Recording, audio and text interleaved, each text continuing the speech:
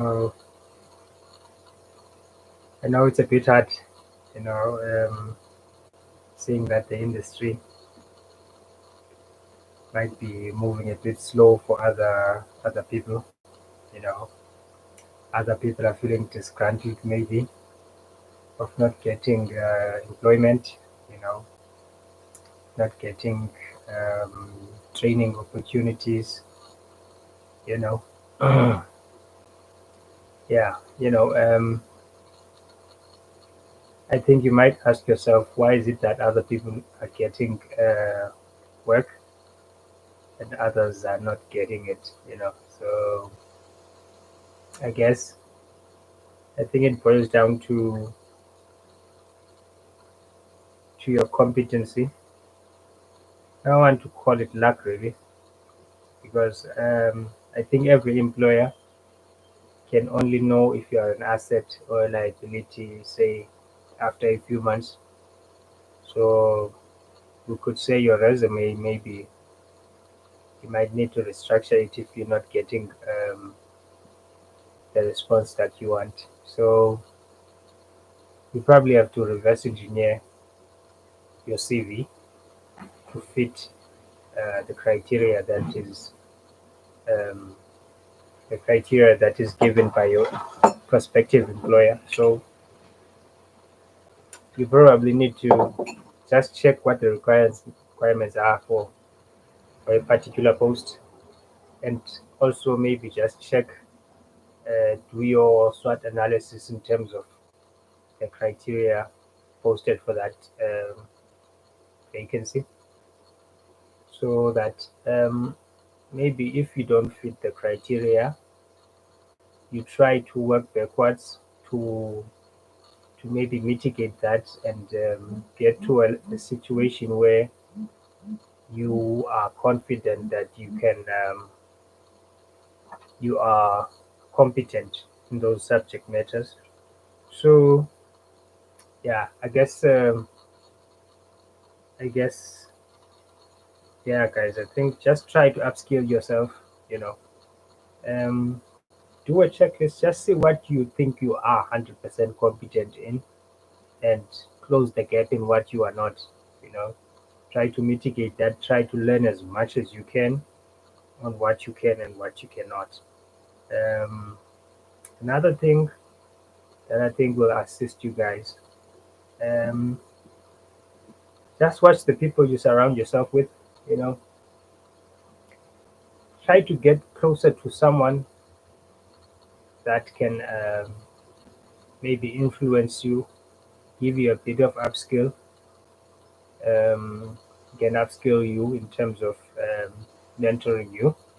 You know, there are people out there. You know, you just have to try and find it. You know, everybody has to some degree get out of your comfort zone and search for that person. You know, I know it might sound like it's a difficult thing, but I mean, try. I mean, speak to people. I mean, there's nothing to lose when you speak to someone and ask them, "Can you be my mentor?" You know, because I see you are in the industry, you're performing well. You know, people won't say no to that. You know, yeah. Otherwise, guys, this video I'm actually making because I'm interested in whether um, by the time you leave university, by the time you graduate, say you are that person waiting for work, in terms of post contract award, how much are you able? How much are you competent in post contract awards? You know, are you able to kick off the logistics? Are you able to plan now that you've been awarded the contract? You know, do you know the mechanics of starting to establish a site? You know, material requisitions. You know, do you know how to maybe make let's say agreements with suppliers? You know, have you gone through that process of learning? You know, how to commence, with the site without being late, without incurring all the delays.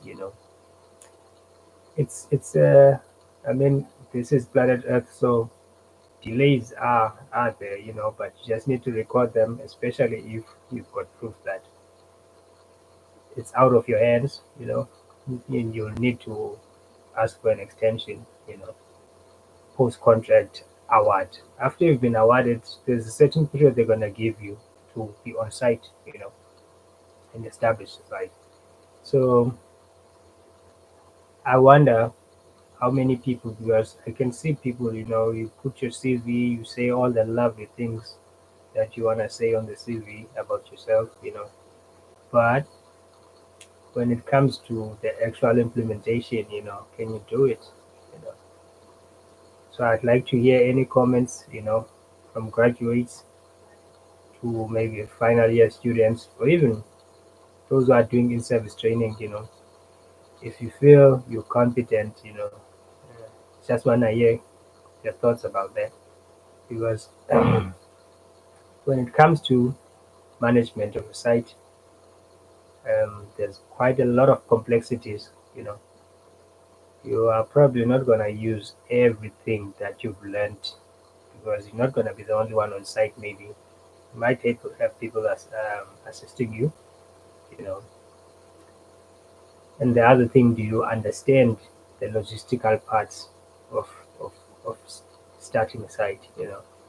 Yeah, because probably you might not pay attention much to logistics, but logistics are very important. How do you get the material there? Because at the moment we might not be questioning your ability to build a structure, we're just questioning, can you organize? Can you get material on site? Can you make sure material is not stolen? Can you establish a site? Can you barricade the site?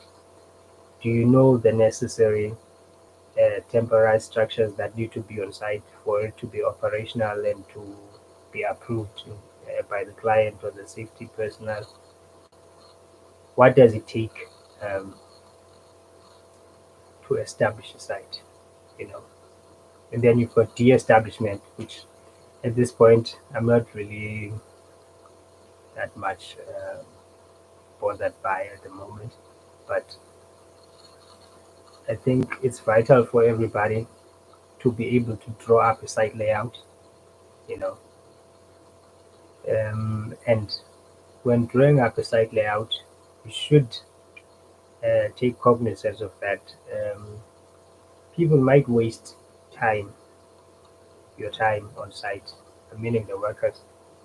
They might spend a lot of time being idle or just walking around site because your site layout is not proficient for the works, because you don't want the situation where the workers, it take about 30 minutes just to go to the ablution facilities.